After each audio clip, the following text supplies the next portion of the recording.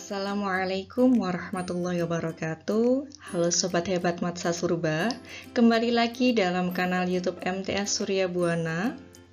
Bertemu kembali dengan Bu Erita dalam mata pelajaran Matematika kelas 8. Kali ini kita akan melanjutkan pembahasan tentang Teorema Pitagoras, yakni pada penerapannya. Sebelum kita mulai, mari kita berdoa terlebih dahulu. A'udzu billahi minasyaitonir rajim. Bismillahirrahmanirrahim. Raditu billahi robba wa bil islami dina wa bi Muhammadin nabiyyan wa rasula. Rabbi zidni ilma warzuqni fahma waj'alni min ibadikas shalihin. Kita review kembali terkait apa itu Teorema Pitagoras, yaitu teorema yang berlaku pada segitiga siku-siku.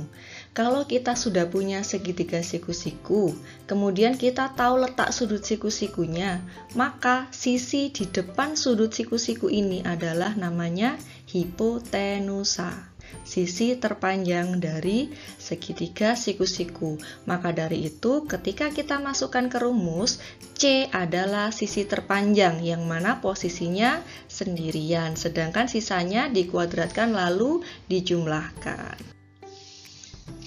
Untuk notasi yang pertama itu sama saja dengan yang kedua. Kalau yang pertama kita pakai sisinya yaitu A dan B dan C. Kalau yang kedua kita pakai titiknya. Jadi kalau C ini sama seperti AB, kalau A sama dengan BC, kalau B sama dengan AC. Jadi intinya tentukan dulu hipotenusanya, lalu baru tentukan rumus kuadratnya seperti ini. Untuk berikutnya, kalian akan menemukan bentuk akar yang berada pada penyebut suatu pecahan. Lah, itu nanti ada istilah yang namanya perasionalan bentuk akar. Maksudnya seperti apa? Kalau kemarin kalian sudah mempelajari penyederhanaan bentuk akar, kalau ini perasionalan. Jadi biar penyebutnya ini bukan akar-akar, gimana sih caranya? Seperti itu. Yuk, saya berikan dua contoh, kita bahas satu persatu. Yang pertama, di sini saya punya 2 per akar 5. Nah, caranya gimana? Bilangan kalau dikali dengan 1 nilainya akan tetap ya. Nah, di sini kita kalikan bilangan 2 per akar 5 dengan 1. Tapi satunya versi lain. Versi apa itu? Akar 5 per akar 5. Kalau misalkan ada bilangan, dibagi bilangan itu hasilnya 1 kan? Nah, setelah itu diapakan? Kita sederhanakan. Seperti biasa, cara mengalihkan pecahan, penyebut kali penyebut, pembilang kali pembilang. Berarti kita punya apa? Yang atas jadi 2 akar 5, yang bawah akar 5 kali akar 5 berapa? Akar 25. Atau bisa kita tulis 2 akar 5 per 5. Contoh yang kedua. Sekarang kita punya 12 per akar 3. Sama, berarti kita kalikan akar 3 per akar 3. Nah, atas kali atas, bawah kali bawah. 12 akar 3 dibagi akar 9. Selanjutnya, kita sederhanakan jadi apa? 12 akar 3, akar 9 adalah 3. Nah, pada posisi seperti ini, karena 12 bisa dibagi 3, maka kita sederhanakan jadi 4 dibagi akar 3. 4 akar 3. Seperti ini. Nah, bentuk seperti ini terkadang juga dituliskan gini. 2 per 5 akar 5. Sama saja ya. Selanjutnya kita review lagi materi kelas 7 semester 2, yakni perbandingan. Misal di sini saya punya contoh perbandingan uang Jamilah dan Zulaiha adalah 3:4. Jika uang Jamilah adalah Rp9.000, tentukan uang Zulaiha. Masih ingat cara pengerjaannya? Berarti karena yang kita cari adalah uangnya Zulaiha, berarti uang Z gitu aja ya. Yang kita gunakan adalah perbandingan dari uang Zulaiha dibagi perbandingan dari uang Jamilah baru dikalikan uangnya Jamilah.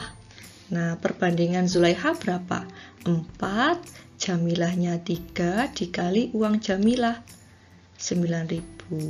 Berarti kita punya berapa? Kita sederhanakan, 3 berarti 12.000. Nah, jadi di sini kita punya kesimpulan bahwa uang Zulaiha adalah 12.000 rupiah.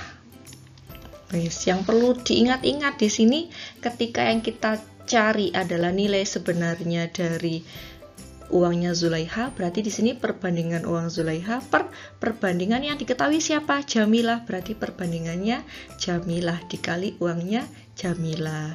Nanti kalau misalkan yang ditanyakan Jamilah yang diketahui Zulaiha gimana? Berarti uang Jamilah sama dengan perbandingannya Jamilah per perbandingannya Zulaiha dikali perbandingannya Zulaiha. Jadi kurang lebih seperti ini. Ini sedikit review materi kelas 7 sebelumnya saja ya. Selanjutnya kita akan masuk pada penerapan teorema Pythagoras. Ini nanti biasanya bentuknya soal cerita yang mana kita ilustrasikan dalam bentuk segitiga siku-siku sehingga nanti bisa kita terapkan teorema Pythagoras. Contoh yang pertama, di sini ada soal cerita. Ahmad dan Zaid berdiri saling membelakangi untuk main tembak-tembakan pistol bambu. Ahmad berjalan 4 langkah ke depan, kemudian 3 langkah ke kanan. Pada saat yang sama, Zaid berjalan 2 langkah ke depan, kemudian 5 langkah ke kanan. Setelah berhenti, mereka berbalik dan saling menembak. Yang pertama, gambarkan situasi tersebut dengan bidang kartesius. Yang kedua, berapa langkah jarak saat mereka saling menembak? Ingat, di sini satuannya langkah ya. Jadi ketika kita mengukur, nanti kita bicara dengan satuan langkah. Yang pertama kita ilustrasikan dulu. Nah, ini si A, ini adalah Ahmad, Z adalah Zaid. Nah, kita bayangkan hadapnya otomatis A Ahmad kan ke sana. Kalau Zaid hadapnya ke sini.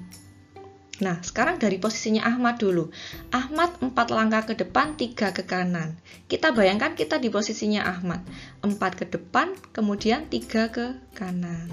Sekarang kita mengasumsikan posisinya Zaid. Zaid tadi hadap sini ya. Zaid tadi 2 langkah ke depan, lalu 5 langkah ke kanan. 2, 5. Nah, berarti posisi terakhirnya Ahmad ada di sini, posisi terakhirnya Zaid ada di sini.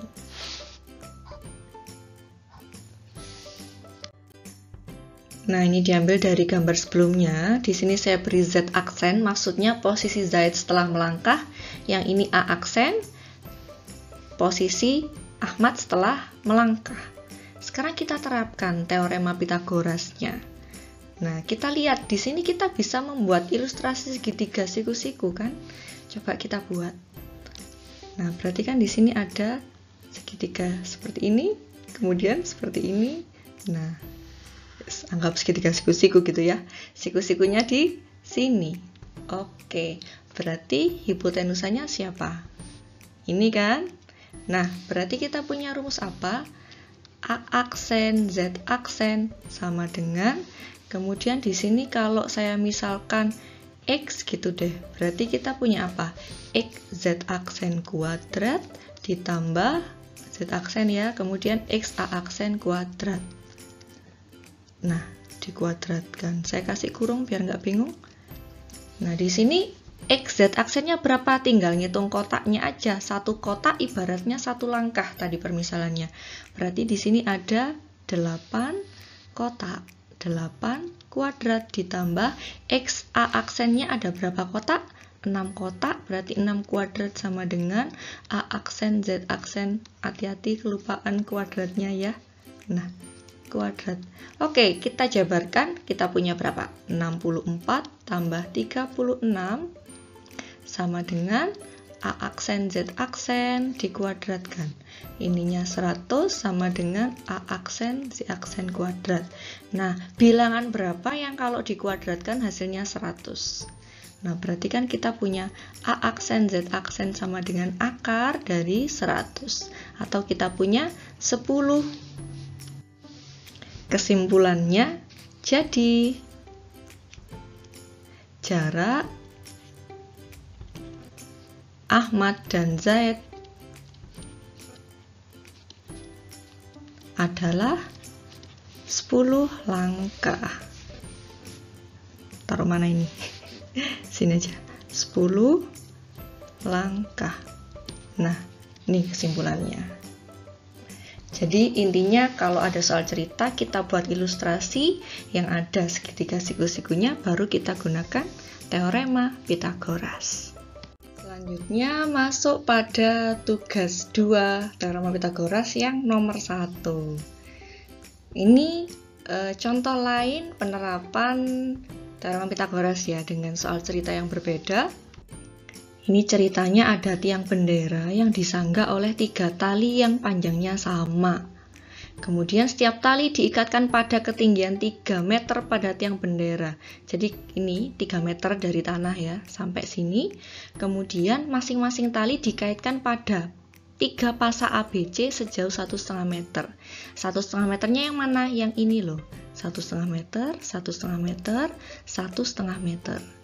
Tentukan panjang minimal tali yang dibutuhkan untuk menyangga tiang bendera. Jadi berapa sih panjang tali keseluruhan minimal yang diperlukan untuk menyangga tiang bendera ini? Berikutnya kita akan melihat penerapan teorema Pythagoras pada segitiga dengan sudut istimewa 45 derajat. Kita nanti akan tahu perbandingan panjang sisi-sisinya akan tetap. Dalam segitiga siku-siku dengan sudut 45 derajat, ini nanti akan menghasilkan segitiga siku-siku sama kaki. Artinya apa? Kalau sama kaki, berarti panjang AB dan BC sama. Nah, di sini kalau kita misalkan ini panjangnya 1 deh, kemudian ini juga 1. Berarti panjang AC-nya berapa? Di sini kita bisa pakai teorema Pythagoras ya. Kalau di sini sudut siku-siku, berarti sisi depannya atau AC adalah hipotenusa yang sendirian. Yuk, kita coba hitung bareng-bareng. Berarti di sini kita punya rumus apa? AC kuadratnya sendirian, kemudian di sini ada AB kuadrat ditambah BC kuadrat. Tadi kita misalkan, karena sama, terserah misalkannya. Di sini Bu Elita misalkan dengan angka atau kita misalkan panjangnya 1. Oke, mari kita hitung. Berarti kita punya apa? 1 kuadrat tambah 1 kuadrat sama dengan AC kuadrat. 1 kuadrat 1, ini juga 1 sama dengan AC kuadrat. 1 tambah 1 adalah 2. Nah,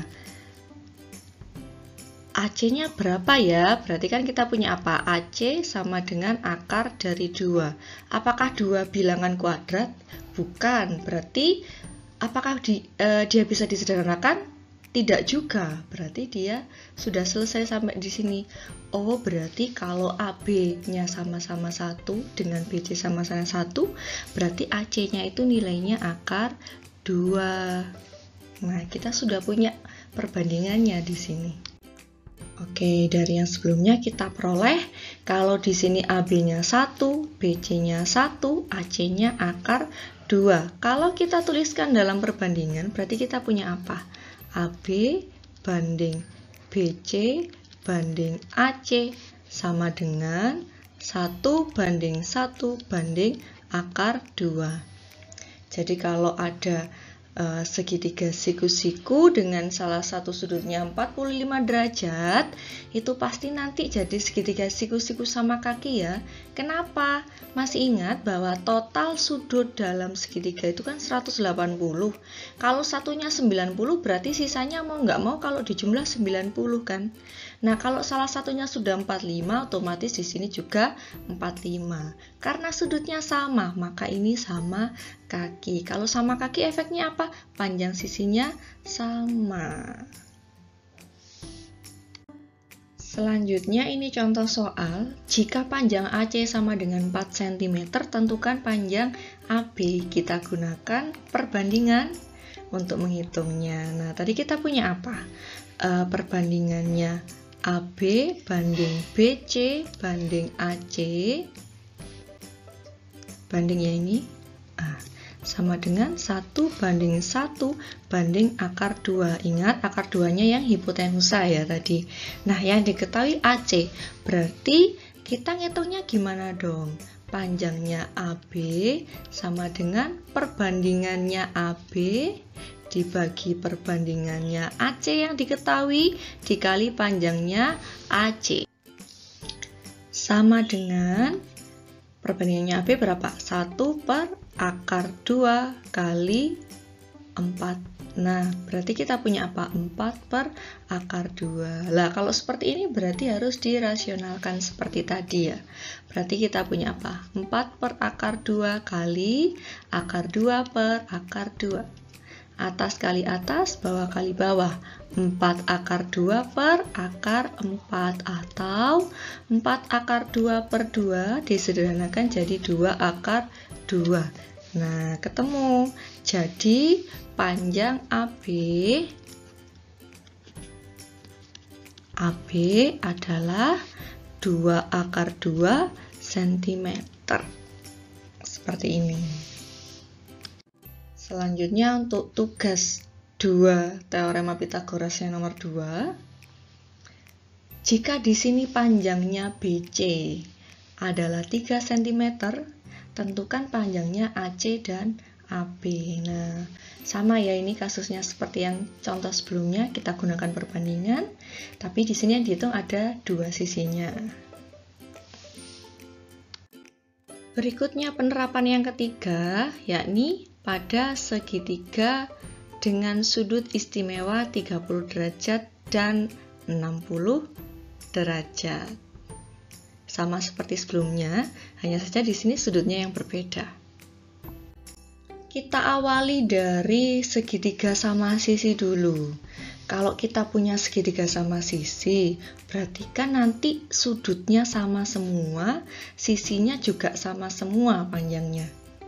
Nah, di sini sudutnya semuanya 60.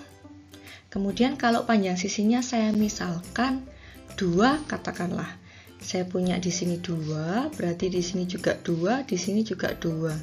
Nah, apa yang terjadi kalau ini saya pecah menjadi seperti yang bagian kanan ini?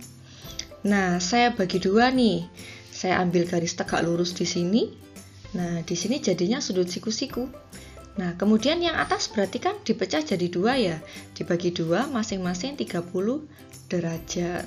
Nah, apa yang terjadi dengan panjang sisinya sekarang? Di sini kita punya sudah 2 sudut ya. Ada 60 derajat, ada 30 derajat. Sesuai pembahasan pada subtema tadi. Oke, sekarang kita lihat apa yang terjadi dengan panjang sisinya. Otomatis di sini AB-nya masih sama ya, 2, AC juga 2. Nah, BD dan DC. Hati-hati, di sini adalah perpecahan dari BC yang dibagi 2. Berarti masing-masing kita punya panjangnya 1. Nah, apa yang terjadi dengan AD ini, si tingginya? Lah, ini nanti yang kita cari dengan Pythagoras.